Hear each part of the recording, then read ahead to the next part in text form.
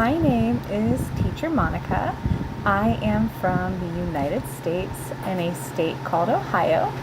I am 39 years old and I have been teaching English as a second language for a little over 10 years now.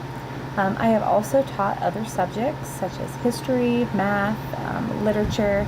I have done all different types of subjects. I am TESOL certified 120 plus hours. I do have my education from Kent State in education, and I've been doing this for a long time. I really do enjoy it. I do it mostly remotely. I have taught in brick and mortar as well, though. In my free time, I do like to garden. I have a lot of plants and flowers that I enjoy.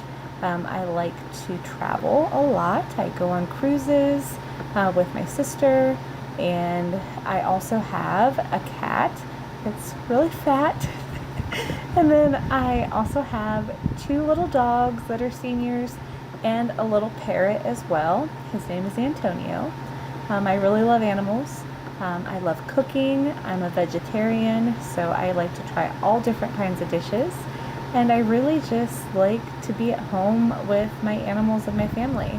I really do love teaching, and my approach to teaching is to make sure that we understand the words that we are learning and that the pronunciation is good.